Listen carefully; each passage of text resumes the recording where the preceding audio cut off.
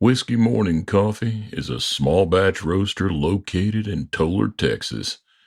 It's one of the fastest growing companies in Texas. Your order is roasted, packaged, and shipped the same day you place it. Whiskey Morning Coffee. Their barrel-aged coffee starts as the green coffee beans are aged in a bourbon barrel for 2 months. After aging, the coffee is roasted to a medium roast, then packaged and shipped the same day you place your order of barrel-aged coffee. Texian Army Brew by Whiskey Morning Coffee. It's a smoky, dark roast coffee. It is smoked for 8 hours with pecan and cherry wood. Whiskey Morning Coffee are the first coffee company to ever barbecue smoked coffee beans. You will get a handwritten thank you note from one of the 4 founders of Whiskey Morning Coffee. This is WWE superstar Drew McIntyre, and you're listening to the WWE Podcast. The champ is the one that everybody wants, me. Becky Lynch is going to WrestleMania. Claymore! Austin 316 says I just whipped your ass. This is my honor. You're going to acknowledge me. Welcome to the current state of WWE. It is Monday, January 29th, 2024. Hope everyone's doing well, and we have Anthony DeMarco with us as we are about to break down a little bit of the Rumble. You guys have already heard my full review, but this is going to be a lot more focused on the devastating news about CM Punk and his injury and him being out 4 to 6 months and what this means to WWE, what this means to Punk. So Anthony, how you doing, man? And crazy 48 hours here.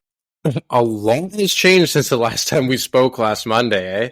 Between Vince McMahon and what that's meant for the company on the business side and even the creative side because of Brock Lesnar's potential involvement given the accusations and now the injury to CM Punk, what happened at the Royal Rumble, and it feels that the direction creatively of this company is almost completely different than where we thought it was going to be when last time we spoke. Yeah, it does. I mean, there is just chaos right now, and Triple H is doing the best he can to navigate those waters. But my God, is it there's so much, so quote unquote, off the field stuff right now that they're trying to play damage control, no pun intended, and they're really trying to just focus on the product and the good things. But even the product right now, it's not a bad product. I think they've got a stacked roster, but it's just injury now after injury. Major injuries. These aren't, mid-card stars with Charlotte and Seth Rollins, who's on the shelf for a month, and now Punk, who is seemingly out for 4 to 6 months, missing WrestleMania. What happens with the world title?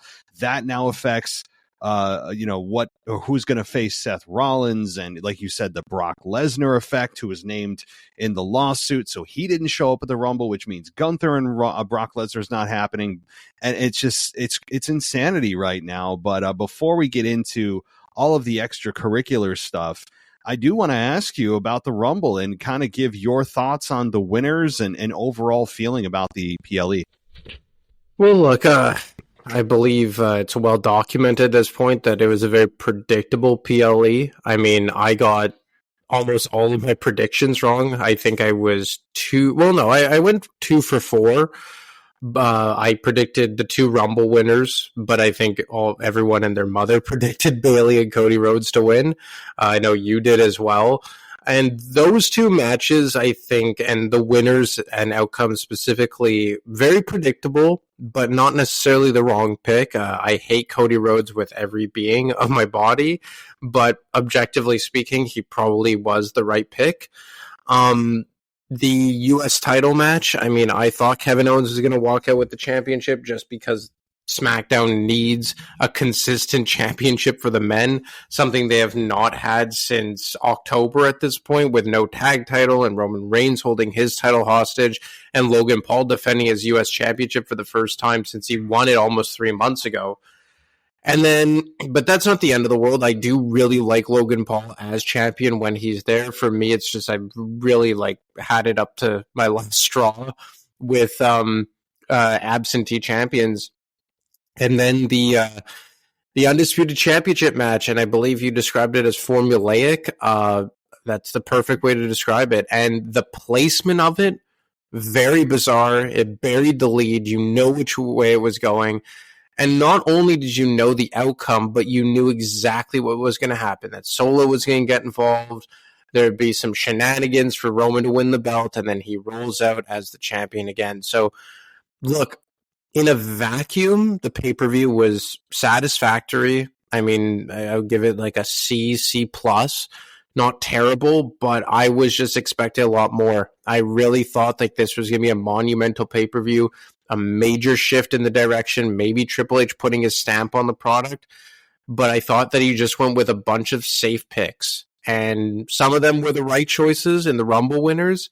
But the fact that Roman holds onto the championship again, and we're getting Cody Rhodes and Roman Reigns again and again, it's going to be very predictable, the outcome. I don't think anyone is envisioning Cody Rhodes losing in back-to-back years in the main event WrestleMania to Roman Reigns. It's just maybe it's just my disdain for Cody Rhodes combined with the absolute like distaste I have with everything to do with Roman Reigns' championship run right now. But I came away from the Rumble being very unexcited about WrestleMania season, and going into the pay-per-view, I was so excited. So maybe it's that's kind of wearing on me right now.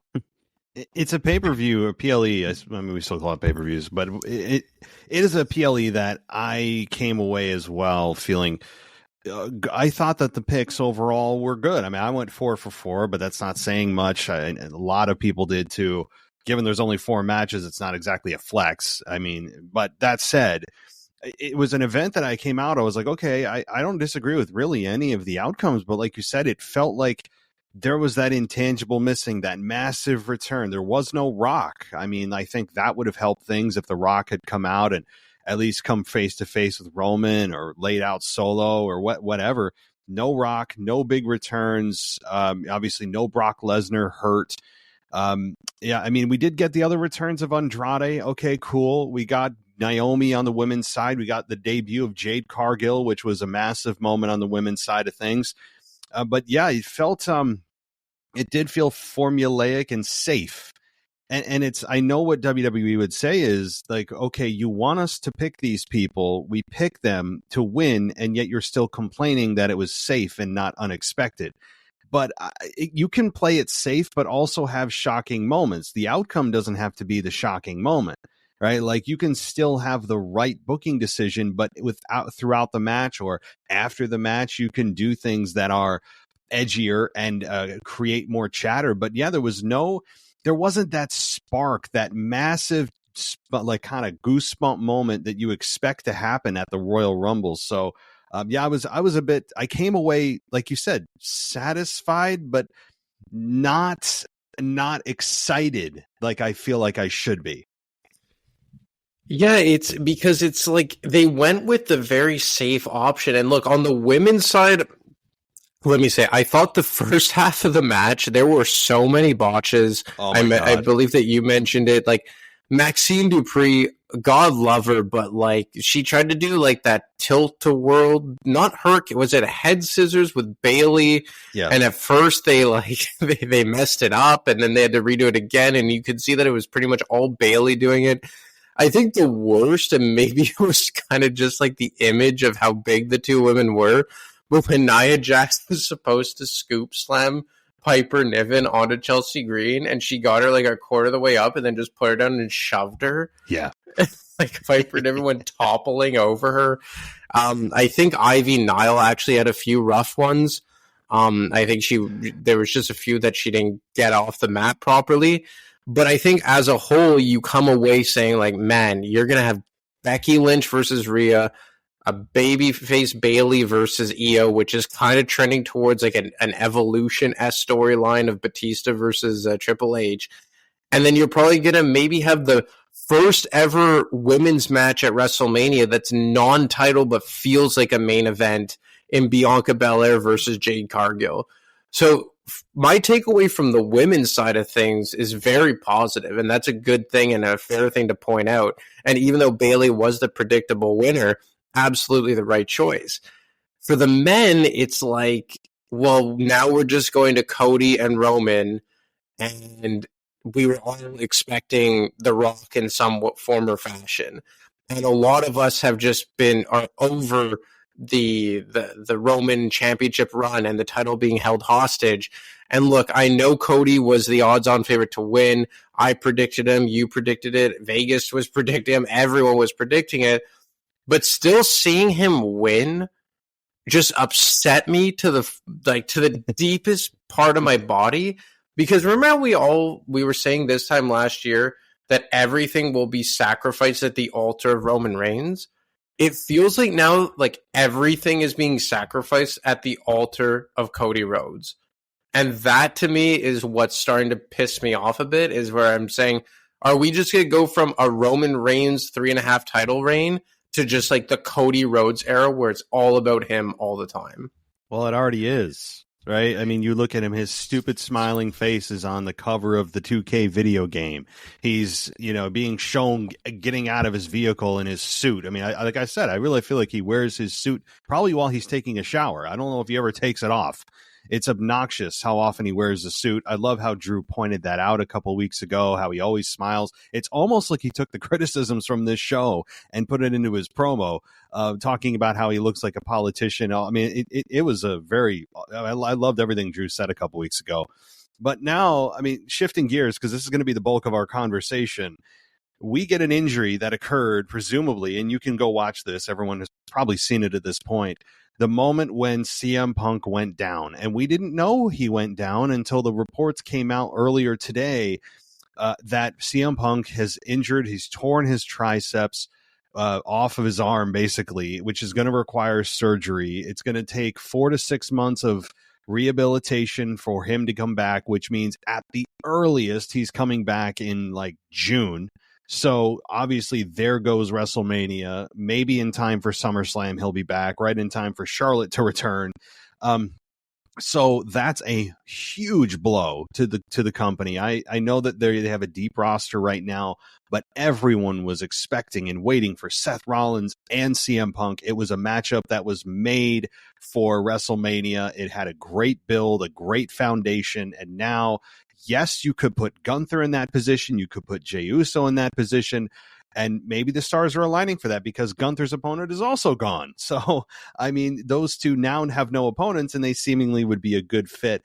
But what was your reaction? I mean, when you heard the news that CM Punk was injured, that he's going to be out for 4 to 6 months, and here comes WrestleMania, what are your thoughts? It's weird, like, for obviously disappointed on some level because of his return, and I felt like his return had already lost a lot of steam because he hadn't sunk his teeth right into a promo yet, or not a promo, a program yet, and he had yet to have a one-on-one televised match. So the Rumble was the first time that, unless you were at the Madison Square Garden house show, that you saw him in ring since he returned to the company 2 months ago. So I already felt like a lot of wind had been taken out of his sails. But then when you add in the injury thing, the first thing I thought about was like, man, was this just like a one-night thing where everyone lost their collective minds and that's it for CM Punk? Like, before I get into the impacts that I'll have on WrestleMania and the subsequent match that will replace it, do you think that there's any validity to the thought that maybe this was just like a one-night wonder upon his return at Survivor Series? You mean, was it a one-night wonder in terms of it being like fan interest? Oh, I think you're right that it got to the point where we were at that tipping point. Even the most ardent CM Punk fans were like, okay, dude, you're being advertised for this Raw, that Raw, whatever, but we know it's just going to be a promo. The promos were delivered very well. I mean, that's what Punk is known for more than his matches are his promos. I mean, that's how he essentially has made his living. It's how he has made his career, is with his voice, really, and not his in-ring. His in-ring is good, really good, but it's his voice. So I think even the most ardent fans were saying, hey, man, can we just get into a program? I think that's kind of where we started to land. And really, even when you heard the reaction at the Rumble, when the fans had to make a decision between Cody and Punk, the fans were leaning towards Cody. I mean, you could hear the difference in the reactions, and when the fans were forced to choose, it wasn't overwhelming, but there was a clear delineation that they wanted Cody Rhodes over Punk in that moment. So, do I think it's a one-off? Do I think it's kind of a lightning in a bottle one night? I don't think so. CM Punk, though, has started to lose some steam, but that happens with every single return, no matter how big they are, from Austin to Rock to whoever. Every time they come back, if they're on a short run, the subsequent reactions are going to become a little less and then eventually level off at a certain point. So that's kind of a normal thing. The biggest reaction is always the first return, and then it levels off and people kind of get used to you being back. So I think, though, that you're right, though, that it did start to descend and get frustrating, where it's like, okay, can you show up and get into a program with someone? And we understand you're good at promos, but I think it did get frustrating. So now that you take him out for 4 to 6 months, it's going to open up a massive opportunity for someone at WrestleMania. And I guess we're all assuming that Cody's going to go up against Roman Reigns based on his point following the match. And to be honest, as much as I hate Cody Rhodes, that was kind of like a nice change of pace, like the skybox thing. And Roman Reigns, for as much as he's never there, and I hate his reign, no pun intended, his facials are still one of the best in the business, if not the best in the business. And it makes you realize and remember why he was pushed so hard, because he has this talent when he's present. So, assuming that's the case and Seth Rollins is good to go at WrestleMania, it opens the door for someone who was maybe going to get buried down the card. And the first guy that jumped into my mind was LA Knight. I know we're all expecting him to challenge Logan Paul for the United States Championship, but with Gunther being, you could also make the case for Gunther, but with CM Punk being injured and his spot being freed up, I can't think of a better guy to challenge Seth Rollins based on the steam he has behind him. Like, you could make the case for Drew, but it's been there, done that with Drew and Seth at this point. They've already had 2 matches. I doubt they go back to the well at WrestleMania. And if Cody is going to challenge Roman, he's presumably going to shift to SmackDown full time. Wouldn't it be best for LA Knight to avoid being further buried on SmackDown and shift to Monday Night Raw? So for me, the way I guess I'm kind of looking at it is that as much as it sucks that CM Punk won't be around to challenge Seth Rollins for the world title, and we finally get that match that is seemingly years in the making between the two, it opens up a spot for a guy that wouldn't have had that prominent position. And to me, the first guy I thought of was LA Knight.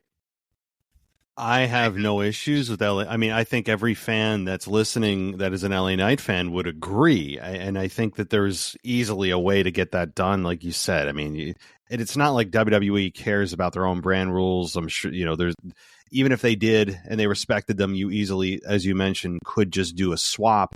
You could do a trade. I mean, whatever. It's very easy to get LA Knight over to Raw and keep him there if they want to have him challenge Seth.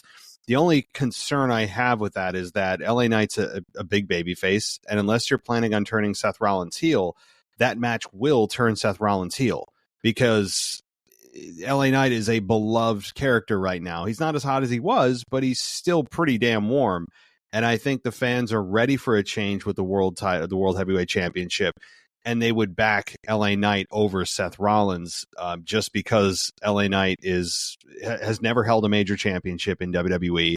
The fans were ready for it many months ago when he faced Roman Reigns, and even before that, they were ready to embrace him as a champion. He's not a young guy either, so he's not this immature 22-year-old that doesn't know who he is. LA Knight knows exactly who he is.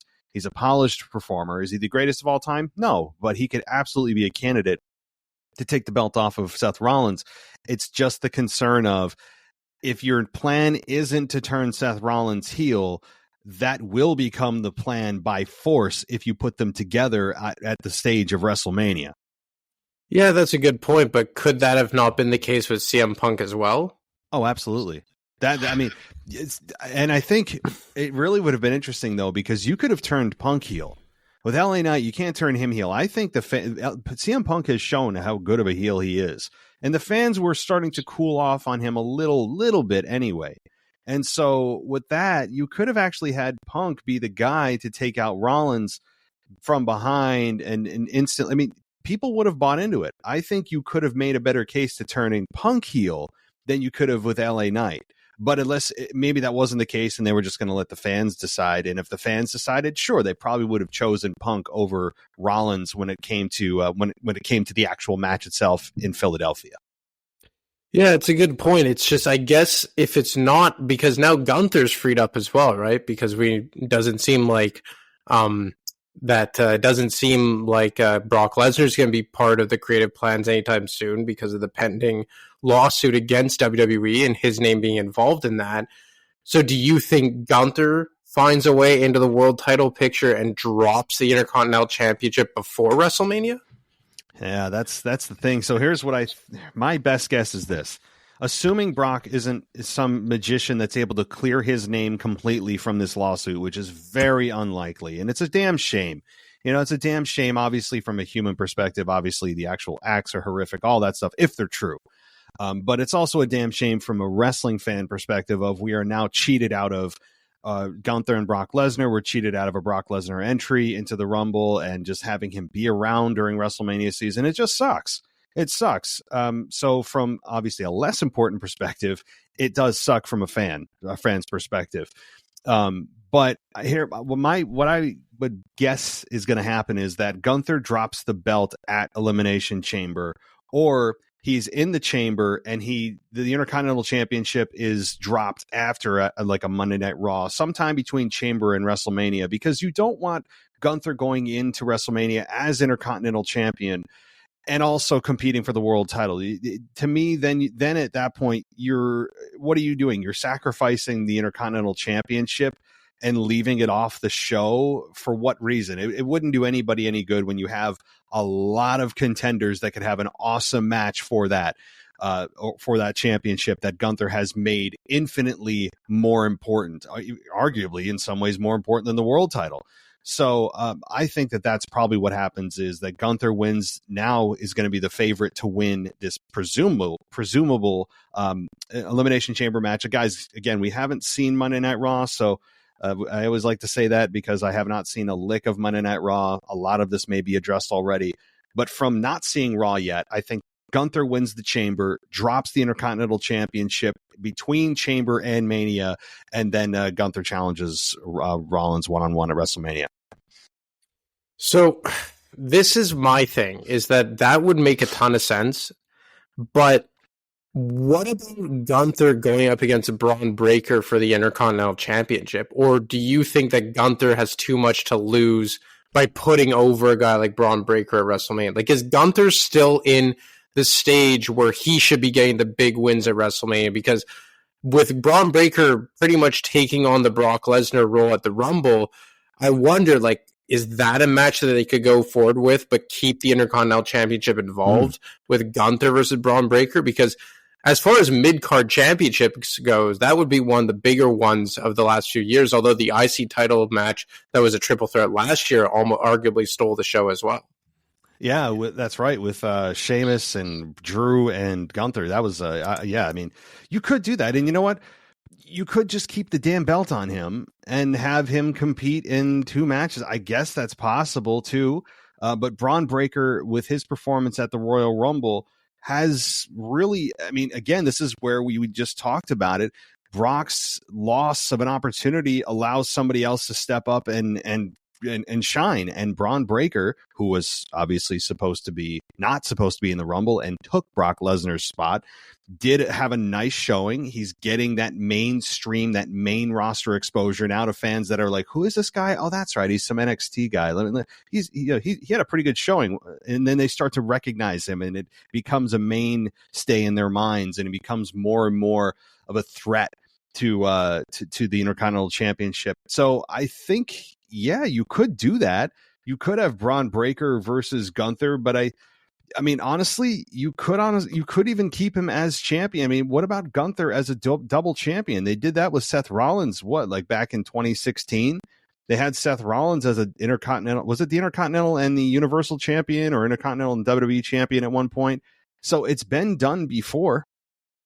Yeah, I think he had the WWE Championship and the US title when he defeated John Cena for it.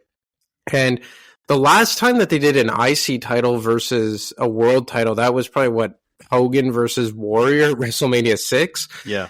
But all this to say is, like, you have a lot of talent to go with to replace CM Punk. And that's not to say, and I'm not trying to dump all over CM Punk here, but like we've said in past shows, like, WWE's in a very good spot talent-wise, arguably better than they've been in well over a decade. So, I mean, Gunther's a good choice. You could have him even drop it inside the Elimination Chamber. Like, what if you have 2 chamber matches? You have one, well, I guess they usually do one for the women and one for the men. And the men will almost surely be for the the number 1 contendership of the world title. So I guess, like, could Gunther drop it to Jey Uso at the Elimination Chamber? And then, like, but then he would have to compete twice in one match. It's weird how they would get Gunther there unless he drops the IC title on Raw, because do you think they would actually do a double title match? You mean Intercontinental versus World? The World, yeah. I mean, anything's possible at this point. There's a lot of ways to go, and honestly, I don't know if any of them are really bad. I mean, there's really few bad decisions, I think, out there, because, like you said, the talent depth right now is so deep, and they are in such a good position. And really, this injury to Punk, I think, exposes a larger problem of the past and somewhat of the current when you rely on older stars who have obviously older bodies and more mileage. They're more susceptible to injury. I mean, that injury that happened, it was kind of a freak thing. He landed fine. I mean, even with Seth Rollins, he has a ton of mileage on his body too, and no one did anything wrong. Nobody botched anything. It's just one of those freak things that happens. I think when you have, and you're more susceptible to it, when you have older stars doing these maneuvers, that it's just physics. It's just kind of science, right? So, I mean, it's one of those things that they have a lot of good options, and I don't think they have a whole lot of terrible ones. I mean, they have, like you said, they could do Intercontinental versus World. I don't have a problem with that. The only downside of that is you're putting all your eggs in one basket, and you're not separating them out and allowing guys to have that match by themselves, maybe a fatal 4-way of sorts for that Intercontinental Championship at WrestleMania, and then have Gunther have his own one-on-one with Seth Rollins. That's the only drawback, is that I think you're maybe taking some guys out of the equation that would otherwise have a title match when you put both titles in one match. Yeah, and because you could put the title on Jay and have him defend it against a Braun Breaker, and I think both of us are kind of in lockstep that Jey Uso would be probably the best guy to go into WrestleMania as the Intercontinental Champion, or leave WrestleMania as the Intercontinental Champion, and something that I think you speculated on before we heard the news about Punk. But I guess shifting gears to the SmackDown side of things, and with The Rock seemingly on the outside looking in, like, what's your opinion on where this all leads to with Roman Reigns and Cody Rhodes and The Rock? What happens here? Well, one thing I want to finish up on before I talk about The Rock, just one point I want to make is, what if they just have Gunther vacate the belt? What if he just remains undefeated for that championship? Would you, just my last question to you on this side, and then we'll move to The Rock, is, would you be opposed to Gunther just saying, you know, I'm vacating the championship because I have bigger goals or something like that? I mean, we've seen it before. I remember back in '97 when Austin gave the belt to The Rock, the Intercontinental Championship to The Rock, because he said he wanted to move on, and he had bigger fish to fry, or whatever he said at the time. So would you hate that? Would you oppose that Gunther decides to relinquish the championship? I would, just because I think you have some guys who could really benefit from winning that title, but primarily Jey Uso, and I think even Sami Zayn. Like, Sami Zayn hasn't really gotten his due since we both agree got shafted in Montreal last year at the Elimination Chamber. So I think either of those two guys defeating Gunther for the Intercontinental Championship would do them both some good, and maybe you do it in a fatal 4-way. Like, I heard you mention it, like Drew, Sammy, Jay, and Gunther, so he doesn't have to take the pin. Like, right. There are ways to keep Gunther looking strong and get him away from the Intercontinental Championship. I just think that based on the guys you have at your disposal who could really do good things with a victory like that, I would avoid the vacation. Okay. Or vacating it, rather. Yeah, the vacation. I mean, yeah. The vacation. Yeah, don't say that word in front of Roman. He'll say, vacation? Oh, I'm in. So, yeah, I mean, so as far as The Rock goes, here's really, at this point, the only thing I can think of what happens if they still want to do Rock Roman. It's not going to happen at Elimination Chamber. I think everyone can kind of get that out of their minds. It's been reported that Roman Reigns, surprise to everyone, is not going to be even competing at the Elimination Chamber. We haven't confirmed that, but a lot of sources, all the big websites, you know who they are, have been saying that, and I'll take it at face value. So what I think the only option you have, really the only option you have, because they're doing Cody Roman, they're doing that. The only option you have is having Roman work both nights. You have The Rock versus Roman Reigns, non-title in night one, and you have Cody versus Roman for the championship in night two. I just don't see another way to do this. I don't know how else if you want to do it again at WrestleMania 40, there's really no other option other than throwing The Rock into the main event, which, I mean, I honestly wouldn't want a triple threat. To me, you can't do this mega match with a third party. If you're doing Rock Roman, which is a match, it's a dream match, you can't add a third party to this, at least in the first go around. If they want to do it, and if there's a second or third match, fine. But you can't have the first iteration of this be with Cody and Rock and Roman. I think that you would probably do 2 nights with The Rock on night one. What do you think? I don't like. I wouldn't like that. Like I really just wanted Roman Rock, and then we spoke about this, Randy and Cody. Like at this point, it's just like, okay, punt on Roman Rock. Do it SummerSlam. Do it Saudi Arabia. Do it WrestleMania next year. It's just I want all the focus to be on Roman and Rock. And look, they clearly want to do Cody Roman. I mean, like I said earlier in the show, it is all about pushing Cody Rhodes to the absolute top of the wrestling world. We know that's where it's going. So I'd rather them just go balls deep in Cody Rhodes, get it over with, just get me to the bane of my existence by seeing him win the championship to close WrestleMania. Honestly, I can't even talk about it because of how upset I am that they're doing this again, and they're going to take attention away from Rock versus Roman. This is The Rock said it. I think he's talked about it with Stephen A. Smith last week. That has the potential to be one of the biggest WrestleMania matches of all time, one of the biggest builds of all time, Rock versus Roman. And he's right. He's not being conceited. That's literally correct. This has been arguably 4 years in the making, if not even longer. To your point, 9 years in the making since the Rumble of 2015. And now it's going to have to share the spotlight and arguably get overshadowed by Cody Rhodes and his dumb story. I want nothing of that. If they're so hell-bent on doing this with Cody Rhodes, just do it and kick the can down the road, or don't do it at all. I would rather them not do it at all than do it night one and be overshadowed by Cody Rhodes.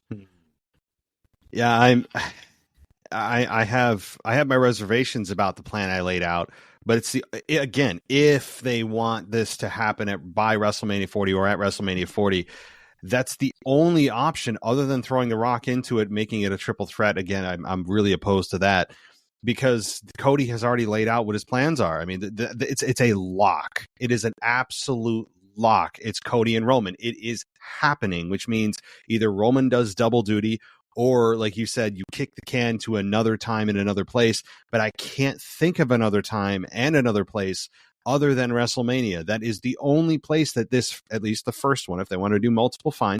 But the first one has to be at WrestleMania. There is money to be made, and a lot of it to be made off of Rock and Roman.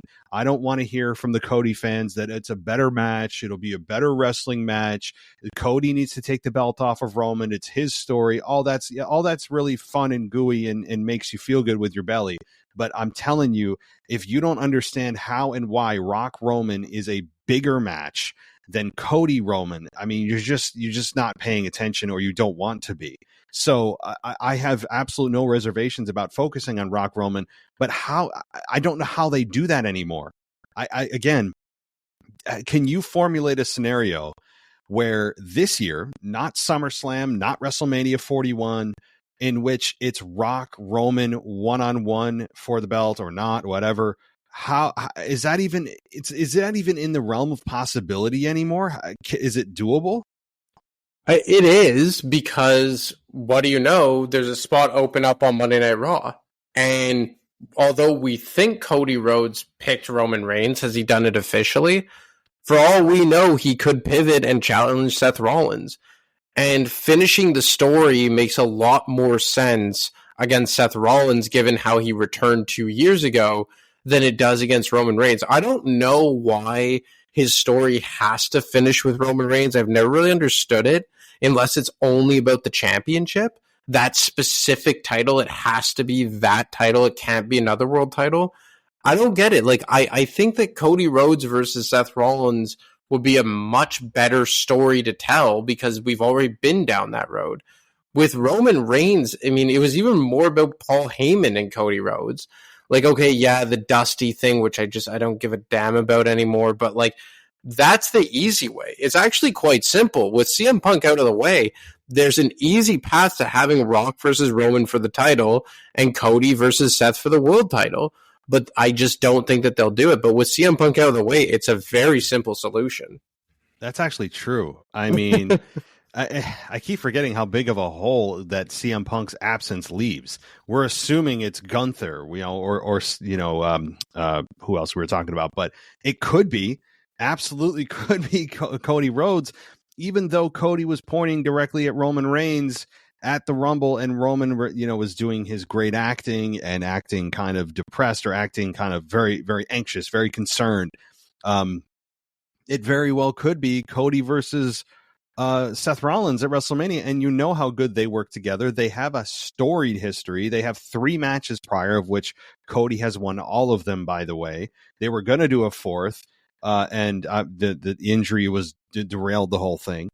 And so, sure, they could do that if they want Rock Roman. I think the reason they want Roman is, you know, Cody got screwed out of that championship opportunity last year with Solo Sikoa, along with a million other people before him.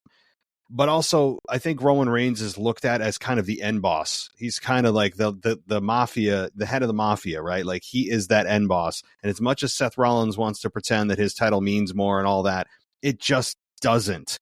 It just, that's kind of the way it is. I mean, the lineage of the WWE Championship, the Universal Championship, it's a little muddy, but I know that Cody was chasing that particular championship that his dad never won. I don't believe his dad ever won the title that Seth Rollins holds, but I think he was chasing specifically that championship and the lineage of the WWE Championship, not Universal. Universal was made up out of thin air, just like 9 years ago. So that's, I think, the reason.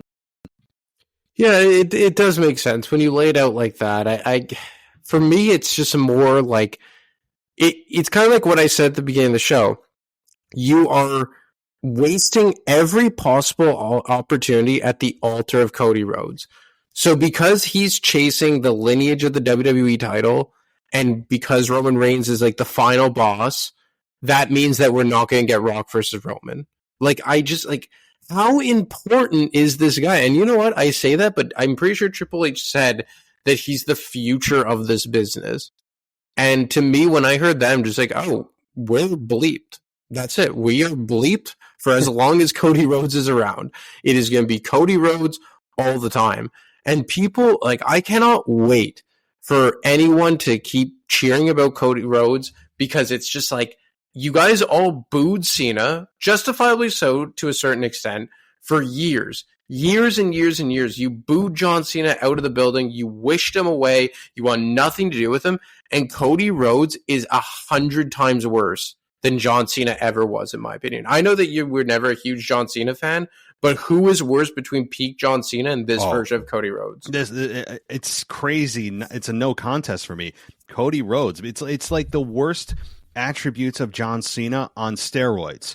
I mean, no pun intended. Like that's what it was. Take all the things that were super annoying about the babyface John Cena and then maximize them or magnify them by about a factor of 10, and you have Cody Rhodes. Yeah, I mean, so yes. So we're now going to get this, and you know that we know Triple H, and he likes his long world title reigns. He's probably going to hold that championship for over a year. Like, I would guess. Like, do you not see, if Cody Rhodes wins the WWE title at WrestleMania, could you not see him going into next year's WrestleMania as WWE champion? I think it's a foregone conclusion. I could see no less than a 1-year reign from Cody. And here's the other thing. Do you think WWE would dare have Cody Rhodes lose a second year in a row? No. Only for the fact that I think we're still not understanding how maybe committed they are to having Roman beat Hulk Hogan's record when they're about, 6 months away at this point. When you get to WrestleMania, about 6 months away from having Roman get that championship, that next level. He's now in the top 3. Or do you think they just say, we can't do it 2 years in a row, guys? We just can't do it. Is there any chance in your mind that they actually don't give Cody the belt for a second time? No, there's no chance, because then they would be turning Cody into a parody of himself. With the finishing the story thing, everyone thought it was a foregone conclusion last year, but now, he went through turmoil. He lost to Roman Reigns. He had the thing with Brock, and he treaded water in the spring. He had the short-lived feud with Shinsuke. But now, 2 years to the pay-per-view that he's returned, he finishes his stupid story. If you make Roman win now, you've already seen some memes and spoofs of him finishing the story or him cutting a pipe bomb promo, because when the rumors came out that he wasn't supposed to face Roman or for any world title at WrestleMania. So, I mean, he has to. And you see how Triple H and creative are positioning him. He's being presented to us as the face of the company, which to me is very disrespectful to Seth Rollins. It's like they're passing the baton from Roman Reigns to Seth, and they're just stepping right over Seth Rollins. Or other guys, for that matter, like LA Knight, or even a Drew McIntyre. I don't know why Cody Rhodes has just been dubbed the chosen one. And, I don't get it. I understand that he's over. I could concede that he's a main event player, but, the fact that he has just been kind of anointed as the face of the company, I do not get. And like I said, they are sacrificing so many things at the altar of Cody Rhodes just to make him be the first back-to-back champion in 26 years or whatever it is, or win the world title away from Roman Reigns, the guy to break the 3.5-year-long reign. Everything has to go with Cody Rhodes. And remember when you used to say, all roads lead to Roman Reigns? Well, now all roads lead to Cody Rhodes. Pun intended. I mean, they do. Exactly. They do. I mean, everything you see, every big move that has happened, somehow Cody is responsible for it.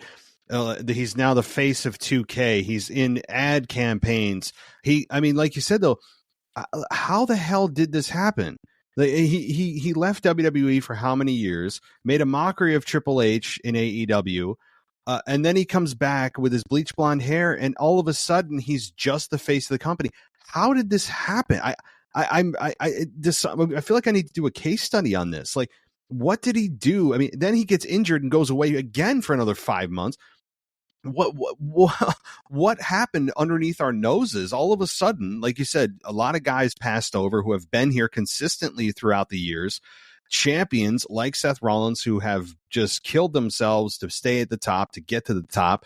And all of a sudden, Cody comes in with his suit and his hair and his stupid smile, and we're all supposed to just accept he's the face of the company. I mean, the fans are reacting, no doubt about it, but what happened? What happened right underneath our noses here?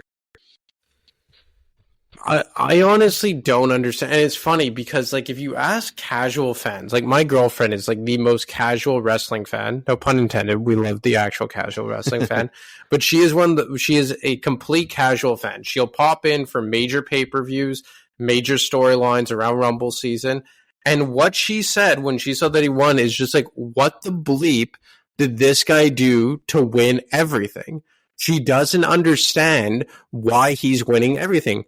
because she had no idea who Cody Rhodes was before he showed back up 2 years ago. Yeah. If you started watching wrestling in 2021 and Cody Rhodes just showed up and you only watched WWE and you didn't watch AEW, like, you would have no idea who the bleep this guy is. And the reason behind that is because he was gone for 5 years? And before that, even if you did watch it before that, like me, he was Stardust, or he was a perennial tag team champion, or he had a cup of coffee as like the Intercontinental champion. Like, I mean, he was nothing ever more than like a lower mid-carder tag team guy. And just because like he had moderate success in AEW, which I didn't even really watch, and even in AEW, he wasn't the main guy. Wasn't he just like the TNT champion? Like, he never held their world title. It's not like you're bringing over MJF. Like, it wasn't like you got their biggest star and brought him over. Like, that's why, like, you have to, when you're writing for wrestling shows, especially WWE, and how, like, mainstream they are, you have to go with the assumption, in my opinion, that not every fan knows the full-on backstory and internet discourse of every wrestler. And I feel with Cody Rhodes, the reason why they bring up Dusty so much is to try and convince fans like my girlfriend why he's so important. But in reality, all it is annoying, and he can't stand on his own 2 feet. So it's so bizarre, but at the same time, we're in the minority. The vast majority of people love this guy, so maybe we're the effed up ones in all of this. I don't care if I am. I'll accept that title because I'm not changing my feeling on his persona. I mean, we could totally change our tune. The funny thing is, you and I may totally flip the script if he decides to turn heel at some point, because I think he could be brilliant as a heel. He's got everything built right in with the suits and everything else and how he looks, and he could easily talk down to us. He's good. He's a really good promo. It's all right there if the switch ever wanted to get flipped, but they have invested themselves in this babyface character for years to come. I don't think we're going to see it for like plural years because of all the marketing materials he's on, the merch he's selling, all the ads he's in, all the ad campaigns and everything else. You're not going to have a top heel do that kind of stuff usually. So he's built in, I think, for the next at least 2 years as a babyface, unless the fans organically turn on him, which I hope happens. But you're right. In AEW, he was just he was moderately successful, but the fans turned on him. And then he was just like, I don't get it, guys. Why do you hate me? And the lack of self-awareness, I think, is really lost on him sometimes. It's his character is like he's trying to be so much like the common man and be so relatable that he's actually super unrelatable. Like, you could tell he's trying to just be a fan and trying to be just normal guy. And I know what he's doing. Instead of feeling like he's out of touch, he actually feels like he's out of touch because he's trying not to be, if that makes sense. I could do a whole psychoanalyzing podcast on why Cody Rhodes' babyface character just sucks. Like, I mean, it's, but I won't. So I'll stop there, and I don't know if you have anything else on the Cody Rhodes situation heading into WrestleMania. And ultimately, do you think though that they would even dare go that road of Cody versus Seth? Do you think they do that? I don't think so. Like I said, I think that they're prepared to sacrifice everything at the altar of Cody Rhodes and finishing his dumb story. So although that would be the logical choice, because if you all sat down and said, okay, what's actually best for business here? That would be the best thing. Cody versus Seth. You could even do that on night 2. Cody versus Seth, night 2. Rock versus Roman on night 1. Yep. Like, it's right there. It's right there for the taking. CM Punk's gone. And then you could have Gunther versus Braun Breaker for the Intercontinental Championship. You could still have LA Knight versus Logan Paul for the US Championship. You can have Drew doing whatever he's going to be doing. Like, that would probably be the best outcome for everyone. But if you're hell-bent on Cody versus Roman, then you're not getting Rock versus Roman. You're going to force Gunther or LA Knight into the main event scene on Monday Night Raw, which will then open up another spot for a mid-card championship, and everything gets shuffled around.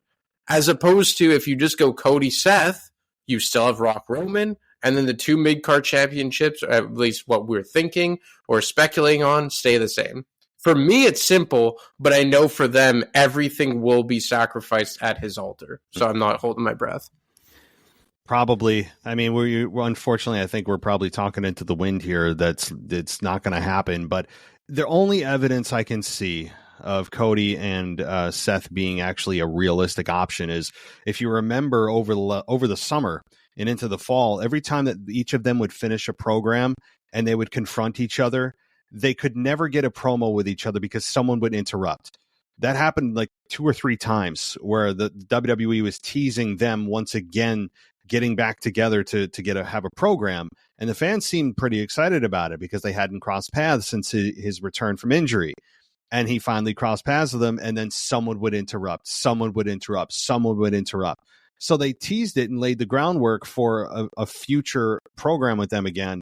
But I mean, they haven't done that in a while, and that's the only thing I can think of them using that as a platform of, coming back to Cody and Seth. And again, it would make so much sense and make everything so much easier when it comes to the WrestleMania card if you just went that way, because you could have the mega match with Roman and Rock, which is the money match. I don't think that we really understand the magnitude of how big that match is, or some people don't, of how big and how much publicity and how much hype that match would get, how many more viewers, how many more subscriptions to Peacock that would get, how many YouTube views, which creates ad revenue, and The Rock's reach in Hollywood. He's the biggest star literally on the planet.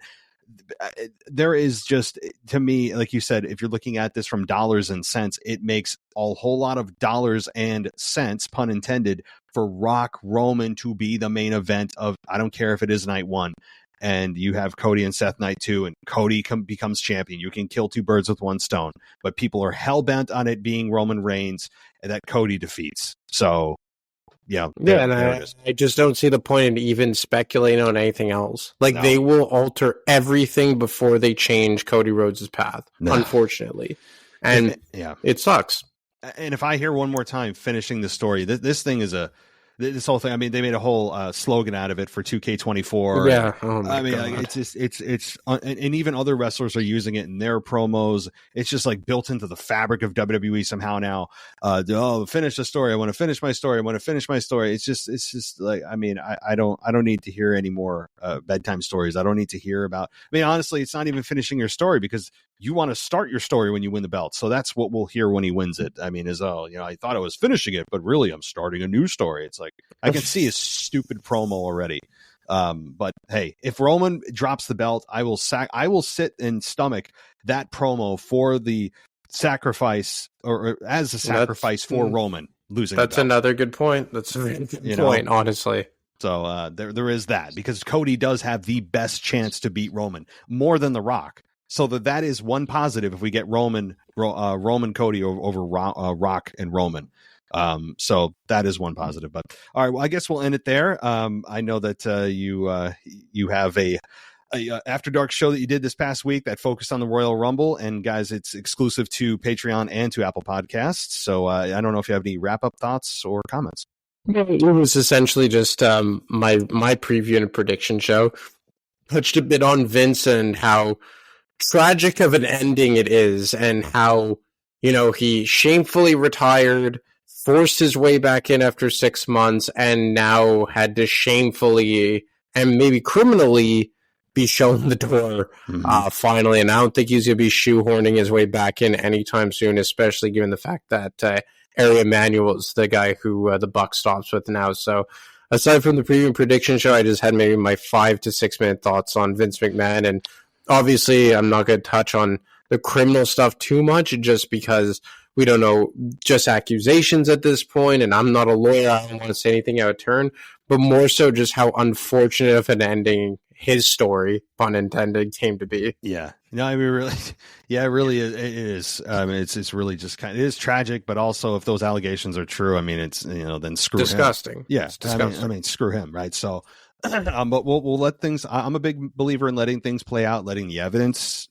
speak for itself, letting the courts and everything else. Let's see the proof. Let's go through the motions. It's not looking good. I'm not saying he's innocent at all, but I'm a big believer in let's let the evidence play itself out. People have already jumped to conclusions without even looking at a single word in the document of the lawsuit. Again, He's probably guilty, but I want to at least let things play out before I jump to any conclusions. But it's really crazy when you look at this now in 2024. We don't have a single McMahon in the company.